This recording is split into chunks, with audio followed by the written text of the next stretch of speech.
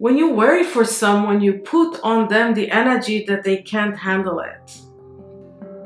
I worry about you means, oh my God, you're gonna mess it up. So I worry about you, so I'll pray to God to save you. What would it take for you to look at the people in your life through the eyes of empowerment?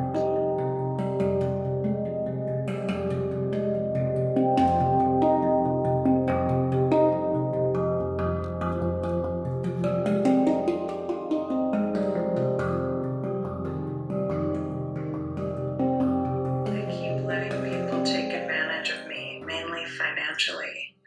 I'm trying to be a kind person, but it's leaving me feel weak. How can I work on this? What is kind is letting someone get something from you you don't give wholeheartedly and then feeling weak. That's not kind. That's feeling weak. That's a wound. That's something you need to work with. Sometimes we're afraid to say, most times, we're afraid to say authentically how we feel.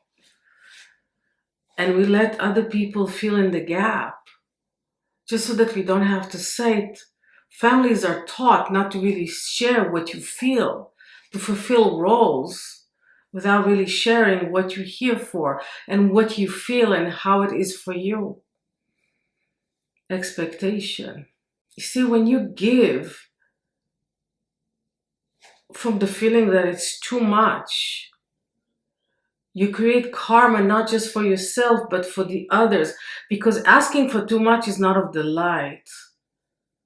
If I ask you of something and I know that it's hard for you to give it to me, and unless it's an emergency and I have to have it, because of life risk or something like this, or an extreme situation. So when you allow others to ask you for too much, not only you weaken yourself, you weaken them. I hope and pray that you find a way to find in yourself a moment where you say, in that spinning situation, I want to find my truth, my strength. And as far as giving, I feel like giving a little bit with a full heart is so much more healing than giving a lot with a weak heart. Where it's coming from, your state of being, is a big part of the gift. So the people that you give and you, I hope that there'll be a call for some kind of a closeness where everybody talks about it. And we find some kind of a way to operate where everybody's being fed and everybody's feeling heard and everybody's feeling supported by everyone. When someone is asking of you for too much, it is your role to not let them ask for too much, because there's no power in that. I spend a lot of time worrying about my daughter. I'd like to pray for her rather than worry about her. Any suggestions of how to do that? I was born to the Jewish faith, as probably you know, Ronit Singer. It's kind of self-explanatory. And like I said before, in our tradition, the word love and the word worry are the same word. I worry about you means I love you. That's how I grew up. And so about the energy of worry, when you worry for someone, you put on them the energy that they can't handle it. I worry about you means, oh my God, you're gonna mess it up. So I worry about you, so I'll pray to God to save you. What would it take for you to look at the people in your life through the eyes of empowerment? What would it take for you to look at the people in your life with the eyes of, you can do it, and hey, I have a worry, but I'm going to keep it to myself because I grew up in a house where worry and love is equal, wherever you come from.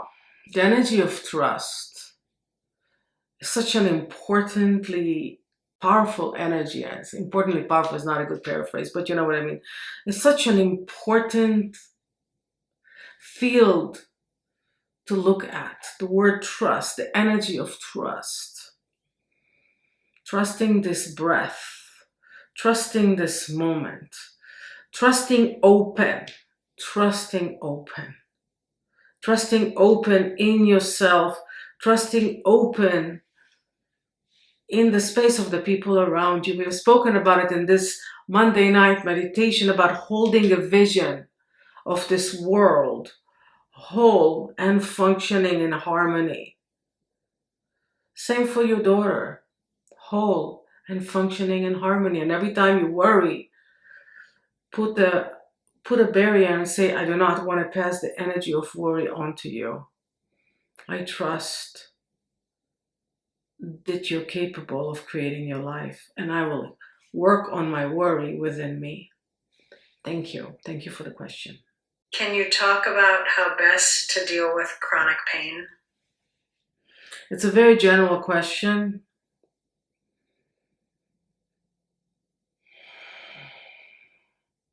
I don't know that I can do it justice by answering it in such a vague thing, but I feel like whatever happens to us, whatever we manifest, whatever is the hand we have to deal with, we need to find the point of empowerment in it, like I have choices. We need to find our voices in it, and we need to be a part of manifesting what can happen to disperse it, to heal it, to expand it, to create a healing for it. You start with, why am I experiencing this? And how can I be empowered in the choices of how to deal with this? Don't give your power away to someone else, especially not if it's a crucial moment where your well-being needs to be addressed. Is putting boundaries enough for self-care with a friend that always seems to be irritating no matter what? There's a long history of friendship that keeps me from ending it forever. The word friend has always been very confusing to me. I don't really understand what it is. People turn it into whatever they want it to be. It's a very loose term, friendship.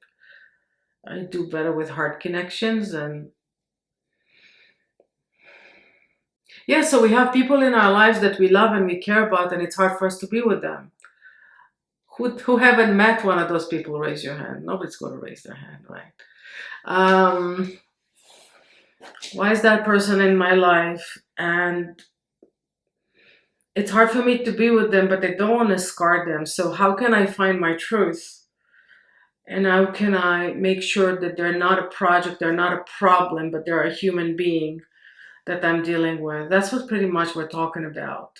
There's another human being in front of me that I love, that is very hard for me to be, that asks the wrong question, calls too much or too little, is doing exactly what I don't want. I sit down to eat, here they call, kind of person, you know them? Yeah, kindness towards yourself and towards them. And how can I create a space where it's not, where I don't resent them? How can I create the sweet spot between me and them? Maybe if it's every 3 weeks for popcorn, something that we like to do together. Don't be a martyr and don't give your tainted graces to someone. It's got to be authentic, even if it's just popcorn every 3 weeks. So that person is teaching you to find your sweet spot and to find where it matters and to be there. That's my answer to that question. That's what came. Thank you. Thank you for your questions.